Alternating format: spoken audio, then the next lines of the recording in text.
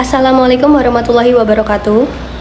Hello everyone, my name is Yosi Sabila Aldini with the ID number 24202003 and I am from Class C. And today I am going to talk about the cross-cultural understanding, focusing on the difference between Eastern and also the Western culture, emphasizing in the direct and indirect communication based on Edward Twitchell Hall theory. So let's begin my presentation. So, cross-cultural understanding, as known as CCU, is the study of different cultures from around the world. It goes to help us understand people's belief, value, and behaviors to avoid misunderstanding and prejudice. And the culture itself can be defined as a way of shared by a group of people. It includes language, traditions, art, food, clothing, and social practices. And culture shapes how people think, act, and interact with others. And then there are also three main elements of culture. Actually, there are so many elements of culture, but I only mentioned three because of the duration. For the first one is ideas or cognitive, about the beliefs, value, and knowledge that shapes how people think. And then activity or behavioral, about the customs, traditions, and daily practices. And then for the third one is artifact or material, about the physical objects such as art, buildings, and tools. And then culture also has three key characteristics.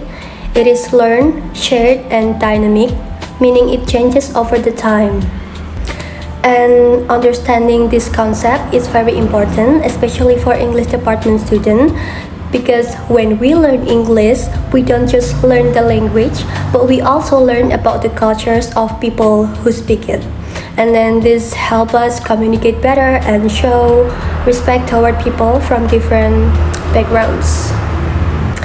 And then for the next slide, we talk about the specific cultural difference, and I will focus on its direct versus indirect communication, which often reflects the difference between Western and also the Eastern culture. So in Western culture, such as the United States, Germany, or Switzerland, and communication tends to be direct, and people say exactly what they mean, and the message is clear and explicit. Honesty and openness are valued. For example, if someone might say, I disagree with your idea because it's not cost effective. This kind of communication is typical of low contact cultures. So, where people rely on words to carry its meaning. We can look at this example that I found. I can't go out. I'm sick. So basically, the girl in the video said that she can't go out because she is sick, and she said it directly that she can hanging out with their friend. So she said it directly without any words that is indirect. And then for the next slide, we will talk about the indirect communication. In contrast, Eastern cultures such as Japan, China, Korea, and Indonesia use indirect communication. And people often expresses their meaning through tone, body language, or shared understanding instead of direct words. They prefer to be polite to avoid conflict or embarrassment. For example, if someone maybe says, I'm sorry, my mom told me to do the course, see you later. It may actually means no, but say it in a softer way to maintain harmony in the group. So take a look at this example of the video. 하차라니만 떡볶이 어떤 거? 떡볶이 좋지? 야, 닌 이 와중에도 먹고 싶은 게 있는가 봐. 그래.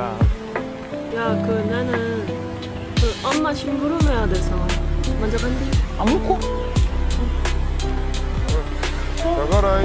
So basically, the girls say that she can go out with their friend through tone and also the indirect sentence, but she not say it directly.